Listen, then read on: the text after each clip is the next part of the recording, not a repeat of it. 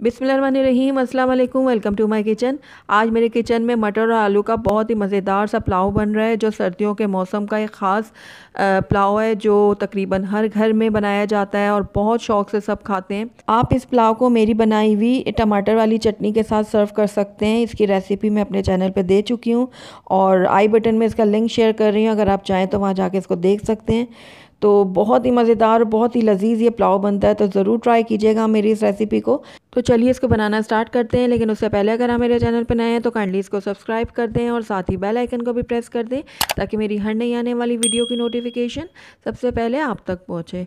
तो मटर पुलाव बनाने के लिए सबसे पहले मैंने यहाँ पर एक पतीली ले ली है और इसके अंदर मैं ऐड करूँगी 1 कप ऑयल।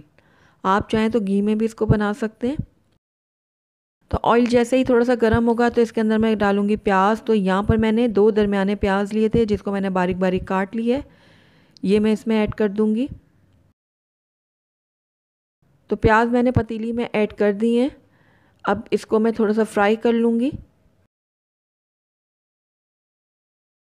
तो ये देखिए बिल्कुल लाइट गोल्डन होना शुरू हो गए हैं ये प्याज। इस टाइम पे आकर मैं इसमें कुछ खड़े मसाले ऐड करूँगी, जिसमें मैंने 1 बादियान का फूल लिया, 3-4 लौंग लिए हैं, 2 मैंने बड़ी इलायची ली है, 2 मैंने दालचीनी की स्टिक्स ली हैं, आधा खाने का चम्मच मैंने साबुत ज़ीरा लिया और 2 तेज़पात के पत्ते लिए हैं। तो ये सारे खड़े मसाले मैंने प्याज़ों में ऐड कर दिए हैं।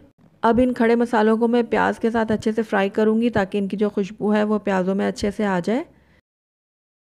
तो बस 1 मिनट के लिए मैं इनको फ्राई करूँगी। तो ये देखिए साथ साथ प्याज भी अच्छे से गोल्डन हो चुके हैं। अब इस टाइम पे आकर इसके अंदर मैं आलू ऐड करूँगी। तो मैंने यहाँ पर 3 दरमियाने आलू लिए थे, जिनको मैंने इस तरीके से काट लिया है।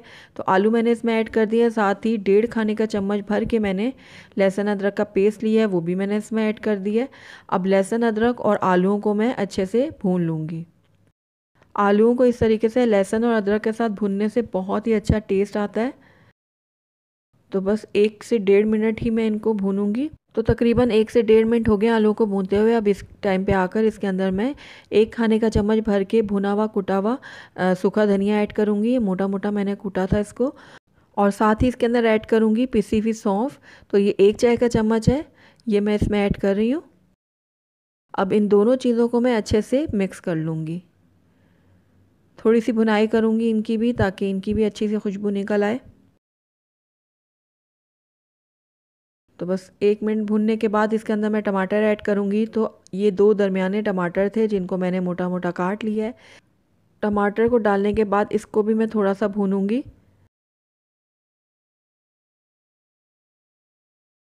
तो ये देखिए 1 मिनट के लिए मैंने टमाटरों को भी भून लिया है। अब मैं इसके अंदर थोड़ा सा पानी ऐड करूँगी और लो फ्लेम करके इसको ढक के हल्की आंच में पकाऊंगी, ताकि टमाटर और आलू हमारे अच्छे से गल जाएं। तो तकरीबन 5 से 6 मिनट हो गए हैं लो फ्लेम में इसको पकते हुए। तो ये देखिए अब चेक कर लेते हैं इनको। तो ये देखिए मसाला हमारा काफ़ी गल चुका है और आलू भी हमारे गल चुके हैं काफ़ी हद तक। ये देखिए टमाटर बहुत अच्छे से गल चुके हैं। अब इस टाइम पे आकर इसके अंदर मैं मटर ऐड करूँगी। मैंने यहाँ पर 300 ग्राम्स मटर लिए हैं। आप चाहें तो अपनी मर्ज़ी के मुताबिक इसको कम या ज़्यादा कर सकते हैं। अगर आप मटर ज़्यादा पसंद करते हैं तो आप इससे ज़्यादा भी इसमें ऐड कर सकते हैं। तो ये मटर अब मैं इसमें ऐड कर दूँगी। मिक्स करूँगी थोड़ा सा इसको मैं।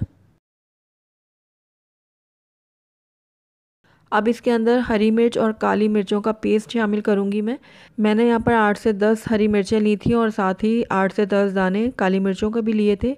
उन दोनों को मैंने ब्लेंडर में डाल के अच्छे से पीस लिया है। तो ये पेस्ट मैंने इसमें शामिल कर दी है। हरी मिर्चें और काली मिर्चों को आप अपने टेस्ट के अकॉर्डिंग कम या ज़्यादा कर सकते हैं। तो अब इनको भी मैं मिक्स कर लूँगी इस तरीके से। और 2 मिनट के लिए अब मैं मटर को भी अच्छे से भून लूँगी। अब इसके अंदर नमक ऐड करूँगी, तो आप अपने टेस्ट के अकॉर्डिंग नमक डालिएगा। नमक को भी मिक्स कर लूँगी। नमक डालने के बाद इसके अंदर 3 खाने के चम्मच भर के मैं दही ऐड करूँगी। तो ये देखिए सारी दही मैंने इसके अंदर ऐड कर दी है। इसको भी मैं अच्छे से मिक्स करूँगी। बस दही को मैं थोड़ी देर ही इसके अंदर पकाऊंगी। तो ये देखिए हमारा मसाला जो है वो बहुत अच्छे से पक चुका है। अब इस टाइम पे आकर इसके अंदर मैं पानी ऐड करूँगी। तो तकरीबन 6 कप मैं इसके अंदर पानी ऐड करूँगी। चूँकि हम 4 कप यहाँ पर चावल बना रहे हैं तो 6 कप मैंने इसके अंदर पानी ऐड किया है। पानी को हम फिर बाद में चेक भी कर लेंगे अगर कम या ज़्यादा हुआ तो। और ये मैंने हरी मिर्चें साबित डाली हैं 3 अदद। अब इसको कवर कर दूँगी और बॉयल आने तक पका लूँगी। तो ये देखिए पानी में अच्छा सा बॉयल आ चुका है। अब इसके अंदर मैं चावल ऐड करूँगी। तो ये बासमती राइस है जिसको मैंने आधा घंटा पहले अच्छे से धोकर और भिगो के रख दिया था।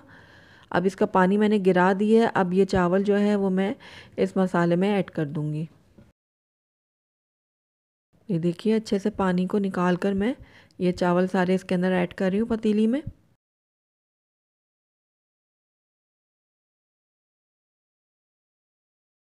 तो सारे चावल मैंने इसके अंदर ऐड कर दिए हैं। मिक्स कर लूँगी इसको मैं। उसके बाद इसको कवर करूँगी और इतना पकाऊँगी कि इसका पानी अच्छे से खुश्क हो जाए। तो ये देखिए पानी जो है वो अच्छे से ड्राई हो चुका है चावलों का।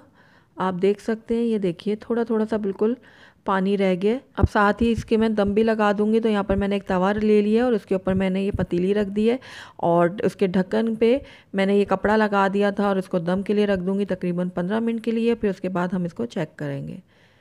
तो ये देखिए 15 मिनट हो गए हैं चावलों को दम पे रखे हुए। तो आइए इसको अब हम चेक कर लेते हैं।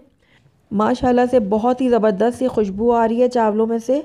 और ये देखिए कितने खिला खिला सा हमारा ये पुलाव बन के तैयार हुआ है। ये देखिए बहुत ही ज़बरदस्त। आप ज़रूर ट्राई कीजिएगा मेरी इस रेसिपी को। ये देखिए कितने ज़बरदस्त ये पुलाव बन के तैयार हुआ है। तो आइए अब इसको हम डिश आउट कर लेते हैं। अल्हम्दुलिल्लाह हमारा बहुत ही खुशबूदार बहुत ही मज़ेदार सा मटर आलू वाला पुलाव बन के तैयार है।